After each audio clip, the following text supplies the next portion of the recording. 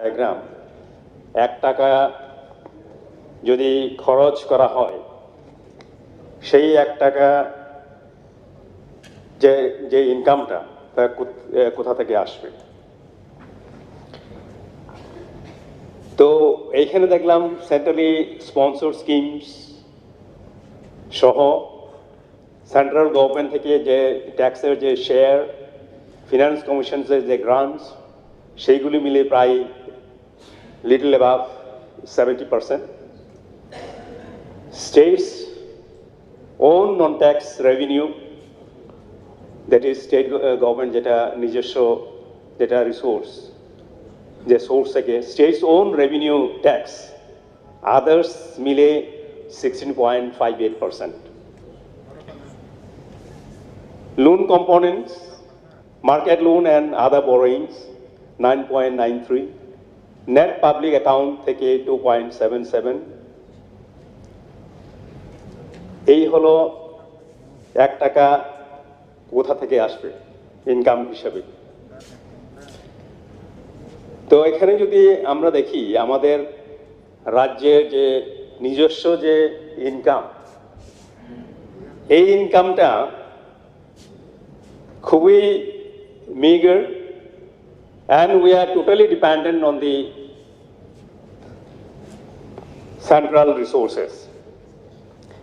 Yet, right from the independence of India and the joining of Tripura with the Tripura being the princely state with Indian dominion, তখন থেকেই আমরা ত্রিপুরা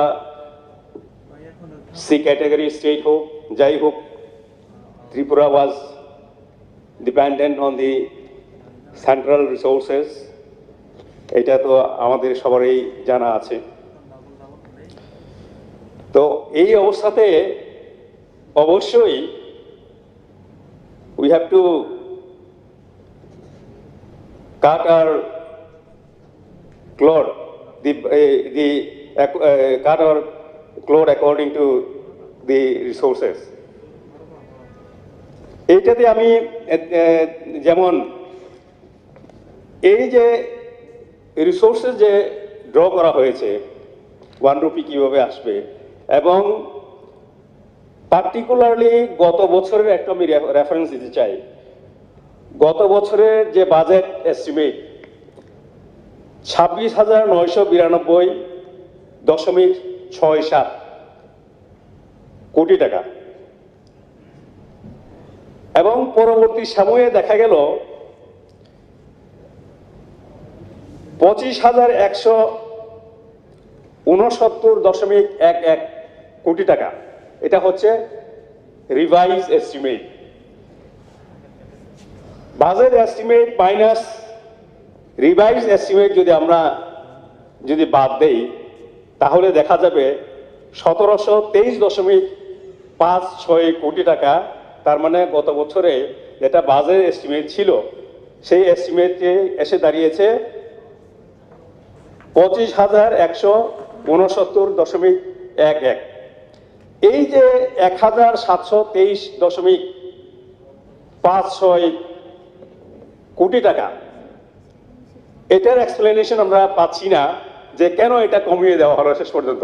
তার মানে এই টাকা যেখানে আমাদের অ্যাসেট ক্রিয়েশনের দরকার, আমাদের টাকা দরকার, কেন এই টাকাটা শেষ পর্যন্ত রিভাইজ এস্টিমেট আরিতে সেটা কমে গেল।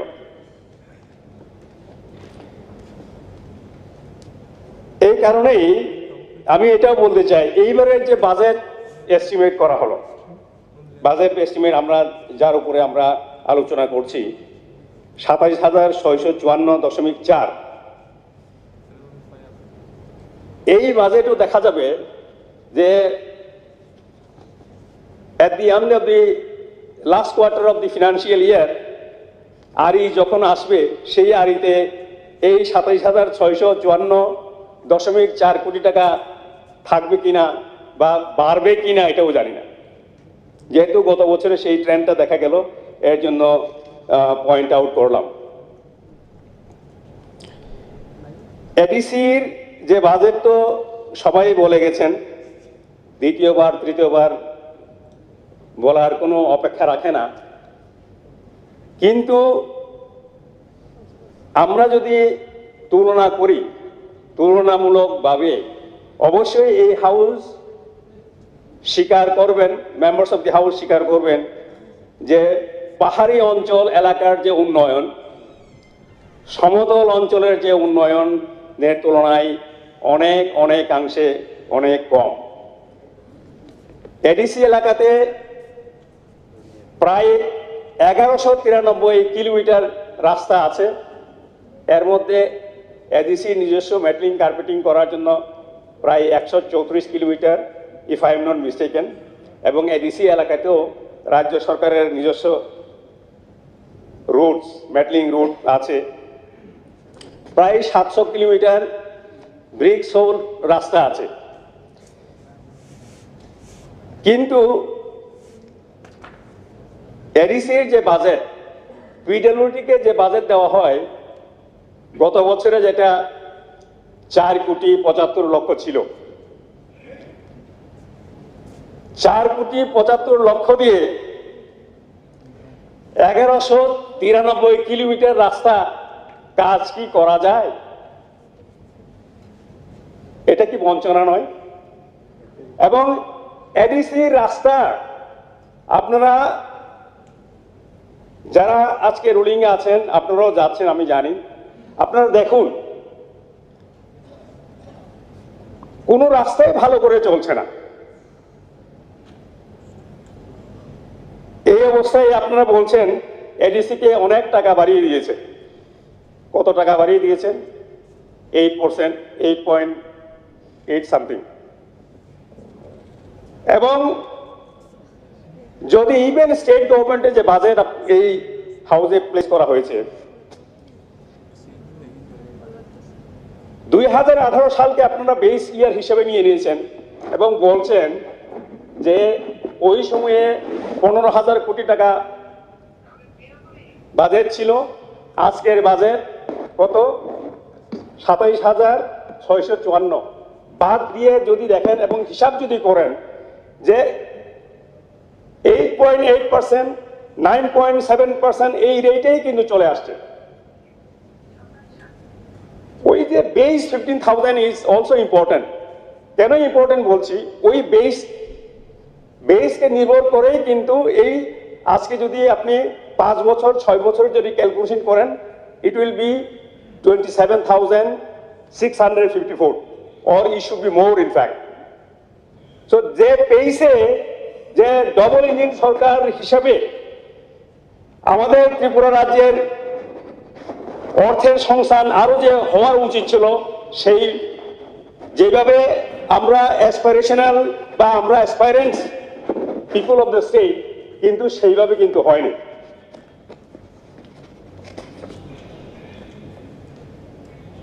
যেহেতু আমি কিছুদিনের প্রায় 2 বছরের জন্য টিটিএডিসি ছিলাম, এডুকেশন ডিপার্টমেন্টকে নিয়ে একটু কিছু বলতে চাই। যেহেতু এই বাজেটের এডুকেশন ইজ ভেরি ইম্পর্টেন্ট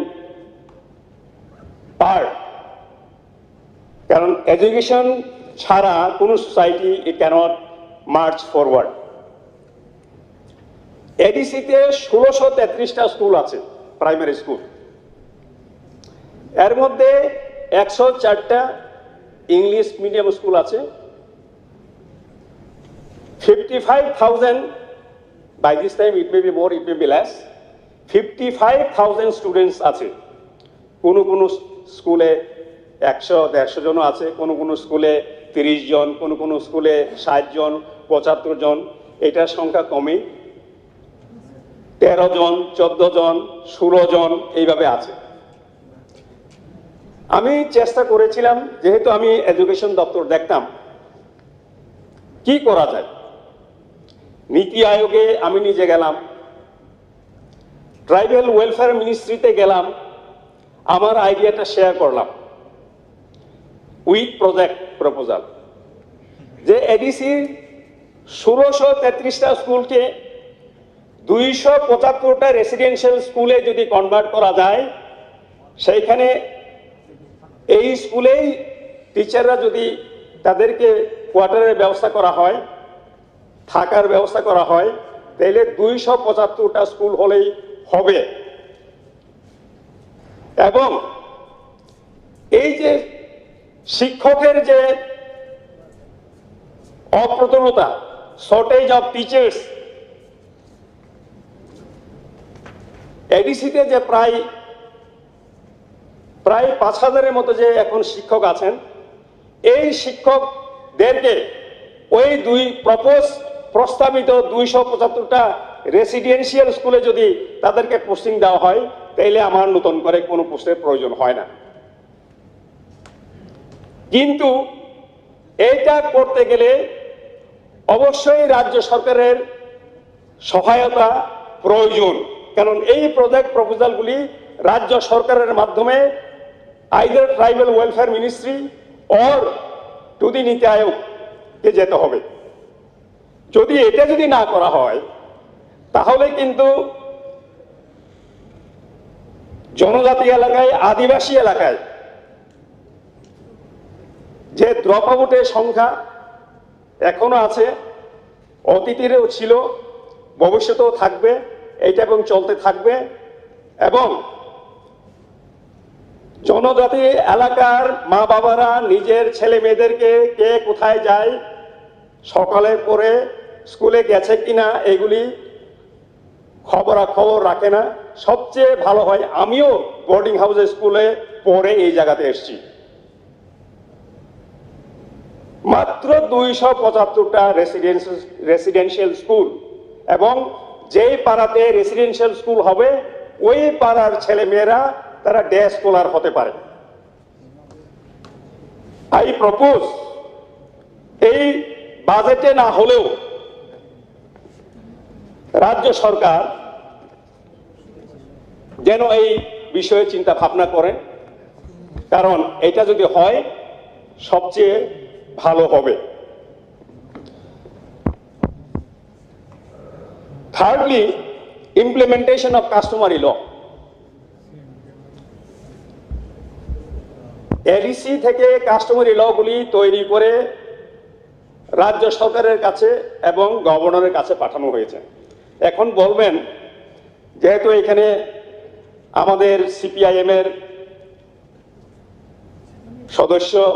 মাননীয় সদস্যরাও আছেন, বিগত সরকারগুলিতে যখন এডিসি থেকে বিল পাঠানো হয়, সেইটাকে ট্রাইবাল ওয়েলফেয়ার ডিপার্টমেন্টে পাঠানো হয়, এবং according to 20BB, para 20BB of the 6th schedule to the Constitution of India, এখানে লেখা আছে এডিসি থেকে যে বিলগুলি পাঠানো হবে সেটা গভর্নরের কাছে যাবে, কারণ লেখা আছে governor in consultation with the council of ministers অ্যাসেন্টটা দেবে। Who will consult? It is the governor who will consult the council of ministers. তাইলে এটা স্টেট গভর্নমেন্টের কাছে আসবে না। কেন আমি এই কথাটা বলছি? যখন বলা হয় মাননীয় রাজ্যপাল মহোদয়কে, যখন বলা হয় যে আপনার কাছে এতটা বিল পেন্ডিং আছে, উনি বলছেন নাই, আমার কাছে তো কোনো বিল নেই, কিন্তু বিলগুলি তখন ট্রাইবাল ওয়েলফেয়ার ডিপার্টমেন্টে এসে সেগুলি পড়ে থাকে। আরো একটা কথা বলতে চাই, এই কাস্টমারি ল কডিফিকেশন করার জন্য আমরা উদ্যোগ নিচ্ছি। মাননীয় সদস্য, আমি জাস্ট এটা ভেরি রিলিভেন্ট স্যার, এইভাবে কিন্তু অনেক বিল আমাদেরকে ইয়ে করা হচ্ছে, এছাড়া কিন্তু আমরা বলতে পারছি না। একটু সময় দিবেন, এটা আমার অনুরোধ। না মাননীয় সদস্য, একটু সময় বলতে আরো 5 মিনিট দিন, আমি ওয়াইন্ড আপ করি। ওকে। এই কারণে বলছি, customary law in Khasi Hills District Council without codification, I repeat, without codification, ওদের ডিস্ট্রিক্ট জাজ, খাসি হিলসে ডিস্ট্রিক্ট জাজ আছেন, ওরাই এটা ওদের কোর্টে এগুলি শুনানি হচ্ছে, কেউ যদি কেস করে, এবং কোর্টের ডিসিশন ছাড়া, ডিস্ট্রিক্ট জাজের জাজমেন্ট ছাড়া হাইকোর্টে যেতে পারে না। এই ধরনের একটা ব্যবস্থা চলছে, কিন্তু আমাদের এখানে আমরা কোডিফিকেশনের কথা বলছি। আমরা কোডিফিকেশন ডিস্ট্রিক্ট কাউন্সিল থেকে কোডিফিকেশন করে পাঠানো হয়েছে, এটা যেন পাস করা হোক। থার্ডলি কি বলবো, রোমান স্ক্রিপ্টে সেকেন্ড অ্যামেন্ডমেন্ট করে এডিসি থেকে 2000 সনে যে বিলটা পাঠানো হয়েছিল, এখনো ট্রাইবাল ওয়েলফেয়ার ডিপার্টমেন্টে ঘুমোচ্ছে। 23 বছর চলছে। কিভাবে হয় একটা বিল গণতান্ত্রিকভাবে নির্বাচিত কাউন্সিলের সদস্যরা যে বিলটা পাস করে পাঠানো হয়েছিল 2000 সালে, সেই বিল এখনো ট্রাইবাল ওয়েলফেয়ার এবং রাজ্যপালের অফিসে। আমরা যখন গেলাম আমি এটাই বললাম, ট্রাইবাল ওয়েলফেয়ারকে পাঠানো হোক এবং ডিপার্টমেন্টকে পাঠানো হোক, government of Tripura, and also to the office of the his Excellency governor of Tripura. Now I'll come little bit to my another bill is, sorry, TTIDC Police Act যেহেতু পাস হয়েছে, TTIDC পুলিশ রোল পাস করে এখন রাজ্য সরকার এবং গভর্নরের কাছে পাঠানো হয়েছে। কেন? রিক্রুটমেন্টের জন্য। এখন রাজ্য সরকার বলতে পারেন যে এক পাস হলে, রুল পাস হলেই কি রিক্রুটমেন্ট করা যাবে? আইন কি বলে? আমি যতটুকু বুঝি তাই বলছি। সেটা হচ্ছে যদি পাস করা হয়, যখন পাস হয়, সেই একটা ফিনান্সিয়াল প্রভিশন, অর্থাৎ ফিনান্স ডিপার্টমেন্টের যে প্রভিশন আছে, ফিনান্সিয়াল প্রভিশন আছে ধরে নিয়ে, সেই অ্যাসুরেন্স আছে বলেই একটা পাস করা হয়েছিল। এখন যদি রাজ্য সরকার বলে যে না, এডিসিতে পুলিশ অ্যাক্টে অনুযায়ী পুলিশ রিক্রুটমেন্ট হবে না, এটা কিন্তু হওয়ার কথা না, হওয়ার ঠিক না।